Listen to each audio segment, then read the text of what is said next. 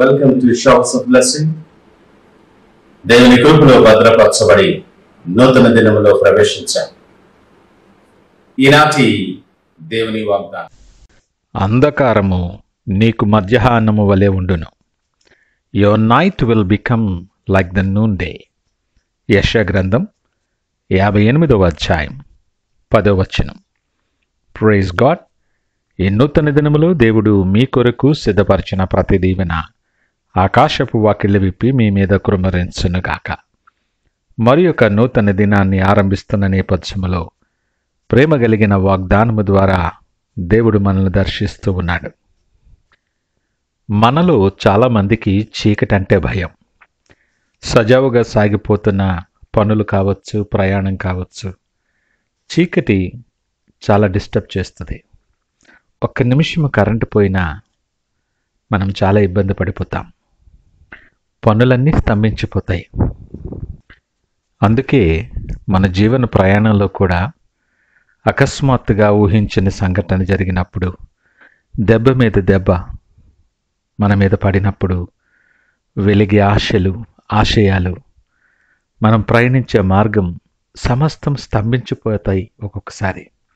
అలాంటి నేపథ్యం వచ్చినప్పుడు బ్రతుకు చీకటైపోయింది అంటాం.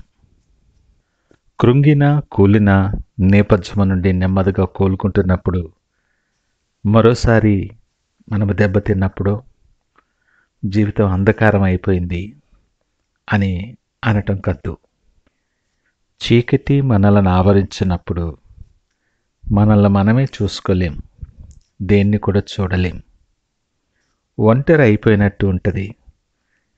వెంటనే అనేక రకాలైన భయాలు, భయము నిన్ను ఆవరించి నీ విశ్వాసాన్ని, నీ ధైర్యాన్ని సన్నగిలేలాగా చేస్తుంది.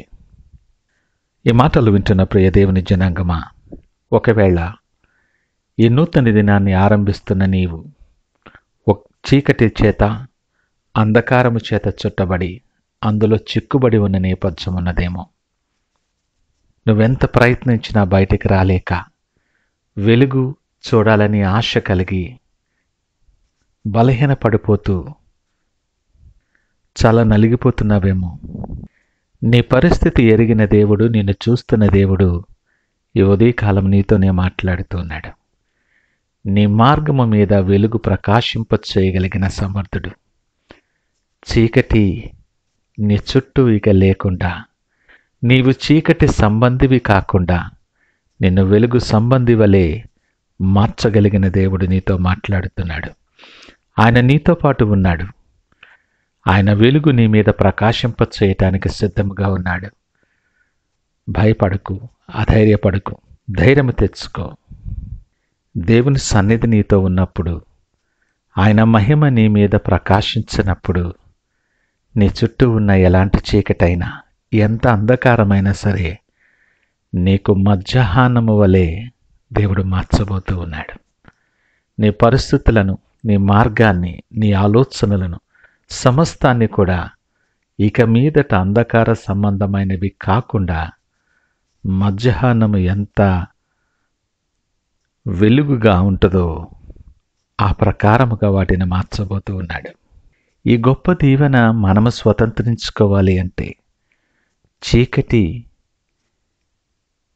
నుండి బయటికి వచ్చి మనము వెలుగు సంబంధిగా మార్చబడాలి అంటే మనం ఎలాగూ సిద్ధపడాలో దేవుడి దినాన్ని తెలియచేస్తూ ఉన్నాడు. సిద్ధపడటానికి మొదటిగా నువ్వు చేయవలసిన పని ఏమనగా, ఇతరులను బాధించటం మానుకోవాలి. ఎవరిని బాధ పెట్టకూడదు.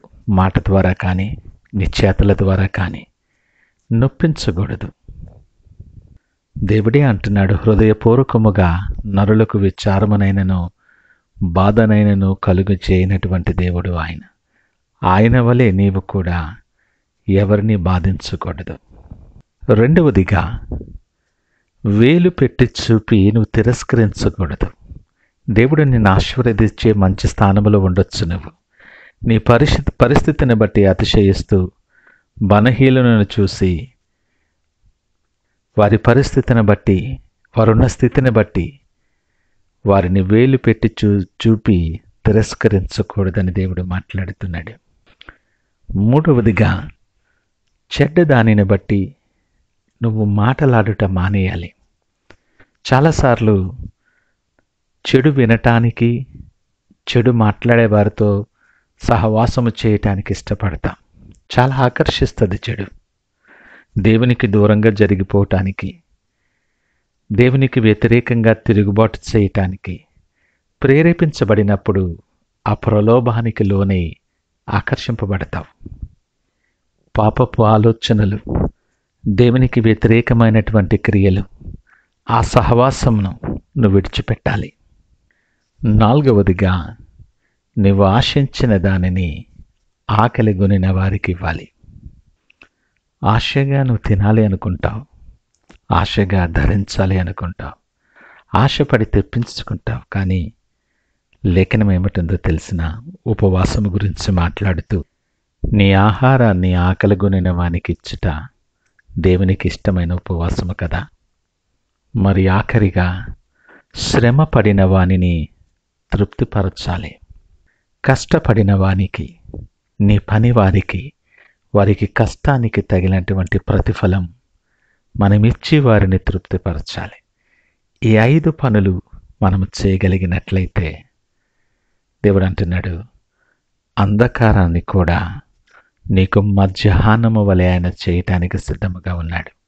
ఈ నూతన దినాన్ని దేవుడు ఒక్కసారి మనల్ని పరీక్షించుకొని, మనము చేయగలిగి ఉండి చేయలేకపోయిన ప్రతి పరిస్థితిని ఒక మాటలో మన ప్రవర్తనను సరిచేసుకొని ఆయనకిష్టులైన బిడ్డలుగా చీకటిలో నుండి చీకటి సంబంధులముగా కాక ఆయన వెలుగు మన మీద ప్రకాశింపగా వెలుగు సంబంధులుగా మార్చబడాలని నీకు పిలుపునిస్తున్నాడు. ఆ ప్రకారముగా సిద్ధపడేలాగున ప్రార్థనతో ఈ దినాన్ని ఆరంభించుకుందామా? ప్రార్థించుకుందాం. మహోన్నతుడు, నమ్మకమైన మా యేసయ్య స్తోత్రాలు. చీకటిలో కొట్టుమెట్టలాడుతూ గమ్యమెరుగని మార్గమెరుగని నాతో మీరు సూటిగా మాట్లాడారు. మా అంధకారము నువ్వు మధ్యాహ్నము వలె నువ్వు చేయబోతున్నందుకు మీకు వందనాలు అయ్యా.